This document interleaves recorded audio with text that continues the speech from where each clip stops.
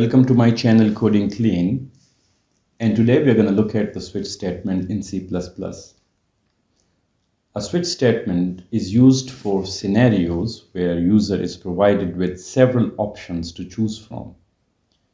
So let me give you an example. We are going to look at the syntax with the help of a program, but it's very important to know where we can use it. We are going to write a program in which the user will be provided these options as we are normally used to when we want to activate packages. So let's say the user is presented with the option press 1 for call package, press 2 for SMS package, and press 3 for data package. And then the user have to select a package to activate. If the user press 1, a message will be displayed on screen that call package has been activated successfully. If the user type 2 on the keyboard, our program will display that SMS package has been activated successfully, and same is the case with data package. So normally we use the switch statement in C++ for scenarios like that, where user is provided with given options and the user have to select one of those options. If it is a graphical user program, then the user have to select option from a drop-down list, or maybe if it is a console-based application, which we call command line interpreter or CLI, then the user has to type one of these numbers for different packages. So let's write the program to understand the syntax of the switch statement. I'm here in Dev C++, and I'm going to write the same program as I've just shown the output. I'm going to declare a variable called option, and I'm going to ask the user to select any of the given options. So I'm going to say press 1 for SMS package /n, which is an escape sequence character, and it tells the compiler to move the cursor to the next line for the next cout statement, so that the next statement appears on separate line. I'm going to say cout again, press 2 for call package \n, and then again cout, press 3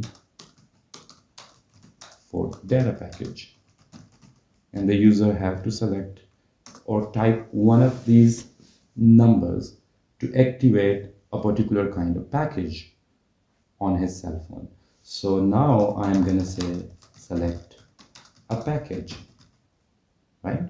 That's what the message will appear on screen, and the user have to type one of these numbers, 1 or 2 or 3, but no other number, remember, because we have given the options. Either the user can type 1 or 2 or 3. In case if the user provides a different values from the given values, will display a message that it is an invalid input, please try again. So now that we have displayed the messages and also a prompt to select a package or option, we will use a switch statement to execute different code block based on the values provided by the user. So the syntax of the switch statement is very simple and straightforward. All you have to do is to type switch in small letters, then pair of brackets, small brackets, these are called parentheses in English, and then you have to pass or type the name of the variable, option in this case, which is holding the value of the user input.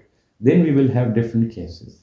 The first case will have the value 1 if the variable option has the value 1, then this case will be executed, right? So cout, and the first case says SMS package. So we'll display the message SMS package has been activated successfully.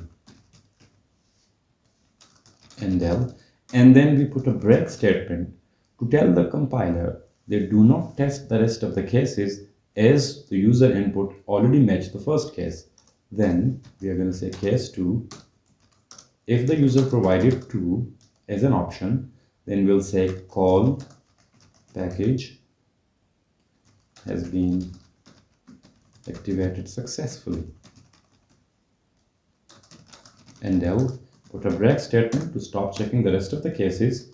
And case third is for data package. So we can display the message, data package has been activated successfully. And I'll put a break statement again. And the last is called the default case.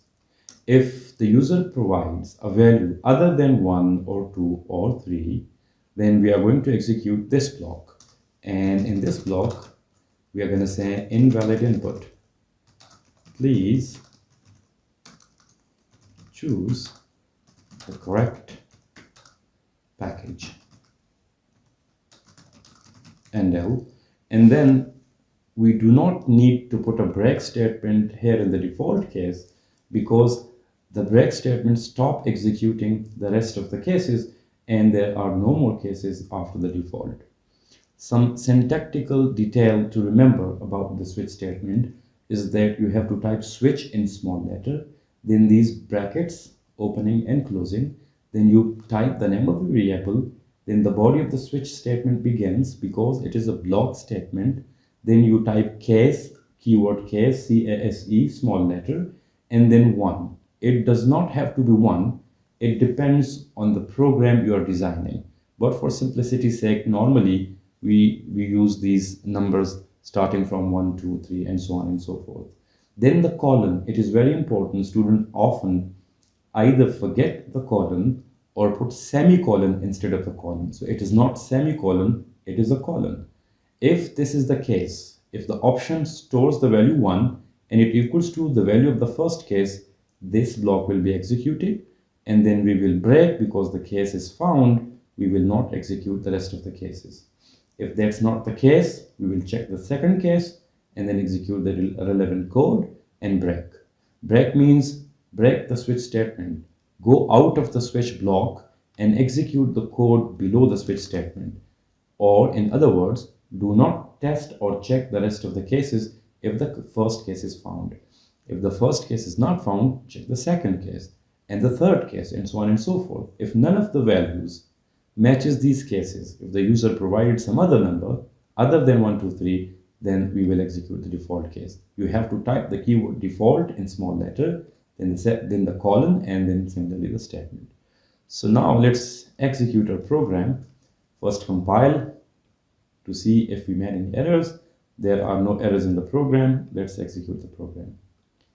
The program says press 1 for SMS package, 2 for call package, 3 for data package. And now the prompt is waiting for user input and it says select a package. So let's say I type 2, which is for call package activation. So I'm going to press enter and it says call package has been activated successfully. Similarly, if I run the program again and I provide 3 for data package, it says data package has been activated successfully. What if I provide a value that is not listed in the options? For example, there is no 4 in this option. So I'm going to type 4 and let's see what the program says. And it says invalid input, please choose the correct package. And the correct packages are 1, 2, and 3. So that's all about the switch statement. Thanks for watching and see you next time. Happy coding.